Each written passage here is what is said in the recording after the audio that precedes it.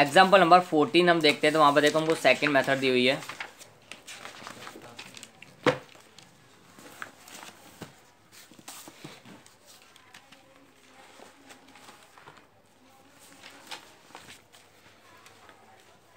प्रार्थना limited, example 14 में क्या है?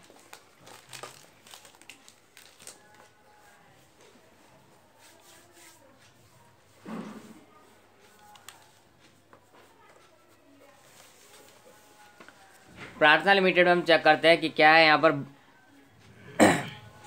प्रार्थना लिमिटेड ने तारीख 1/4/2017 के दिन 1/4/2017 के दिन 100 रुपये का कैसे 11% के 6000 डिबेंचर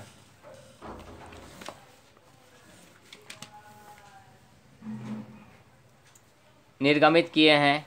11% डिबेंचर हैं, कितने हैं? देखो 6000 डिबेंचर किए हैं, तो 6000 डिबेंचर हैं। रेट कितनी है उनकी? तो लिखा हुआ है 100 रुपये का एक ऐसे 5% के बट्टा से।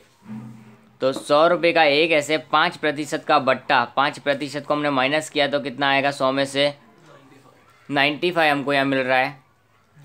उसके बाद में इनको वापस कैसे करना है? तो वापस करना है, कैसे करना है? तो लिखा हुआ है 6 साल बाद, 6 वर्ष बाद 31/3/2023 के दिन सभी डिबेंचर की रकम 10% के प्रीमियम से वापस करनी है। सभी डिबेंचर यानी कि 6 के 6000 डिबेंचर, 10% का प्रीमियम। तो 100 रुपये उसकी मूल कीमत थी, उसका प्रीमियम 10% कितना होगा? 100 + 10% यानी कि 110 रुपये के प्रीमियम से वापस करना है। तो ध्यान रखना हमको प्रीमियम कितना हुआ? 100 का 10% प्रीमियम कितना हुआ? 10 रुपये।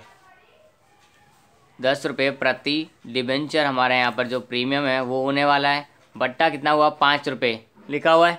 तो उनकी एंट्री हमको यहाँ करनी है प्रार्थना लिमिटेड की बही में रोजनामचा।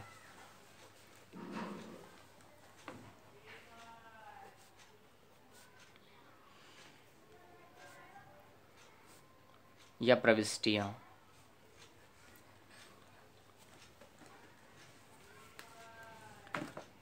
ये डिबेंचर कैसे किए गए? बट्टा से प्रकाशित, तो लिखना है डिबेंचर बट्टा से प्रकाशित किए और प्रीमियम से वापस करने हैं। कैसे करने हैं वापस? प्रीमियम से।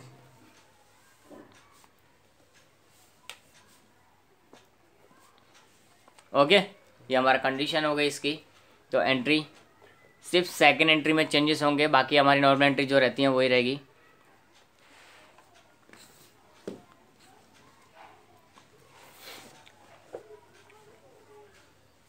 बैंक खाता उधार, फर्स्ट एंट्री क्या होगी?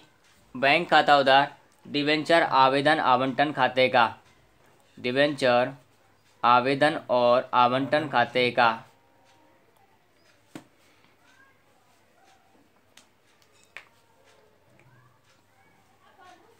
तो यहाँ पर कितने से इशू किया? देखो 95 रुपये से 5% बट्टे के बाद में, तो बट्टे को यहाँ लिखा जाएगा नहीं। 6000 × 95, 5,70,000। यस। सेकेंड एंट्री डिबेंचर आवेदन और आवंटन खाता उधार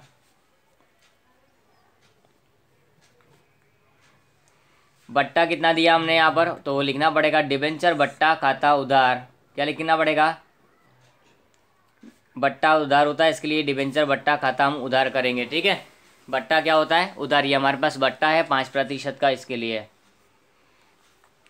तो बट्टा खाता उधार। उसके बाद में हमको देखो प्रीमियम से वापस करने, तो प्रीमियम से वापस करने से नुकसान होगा, तो लिखना पड़ेगा डिबेंचर निर्गमित करते समय हुआ नुकसान खाता उधार। देखो तारीख भी इनकी एक तो ये है, दूसरा 6 साल बाद की तारीख है 31/3/2023। तो यहाँ भी हम तारीख डाल देते हैं 1/4/2017, 1/4/2017। डिबेंचर निर्गमित करते समय हुआ नुकसान खाता यहाँ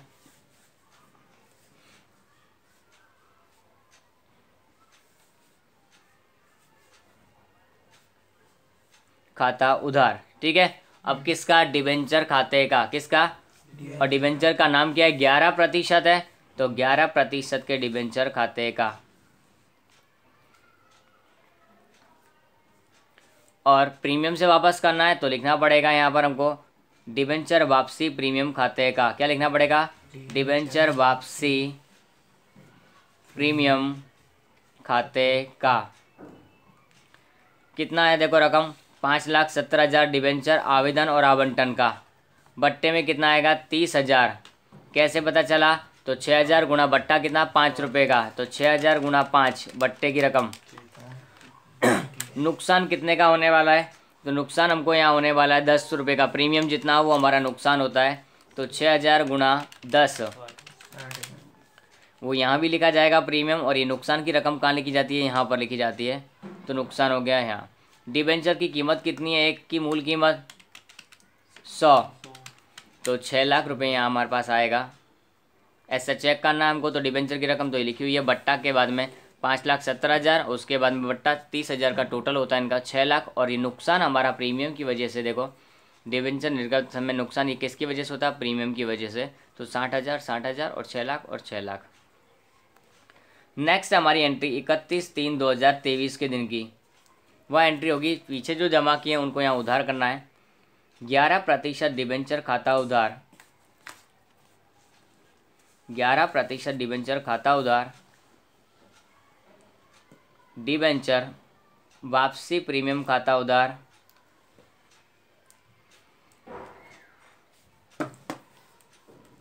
डिबेंचर किसको पेमेंट करना पड़ता है, ये धारक को, तो डिबेंचर धारक खाते का। कितना, 6 लाख और 60,000 है, तो 6 लाख हम डिबेंचर में लिखेंगे, 60,000 प्रीमियम का उसको पेमेंट करना है, तो टोटल पेमेंट कितना करना, 6,60,000 का। कितने का, अब लास्ट एंट्री होगी हमारी 31/3/2023 के रोज ही डिबेंचर धारक को पेमेंट करना है, तो डिबेंचर धारक खाता उधार बैंक खाते का, तो यहाँ लिखेंगे हम बैंक खाते का। कितनी रकम पेमेंट करनी है, ऊपर लिखा है डिबेंचर धारक में 6,60,000 है, वही हम यहाँ पेमेंट करेंगे पूरा 6,60,000 और 6,60,000। ये हमारा सेकेंड नंबर का टाइप हुआ।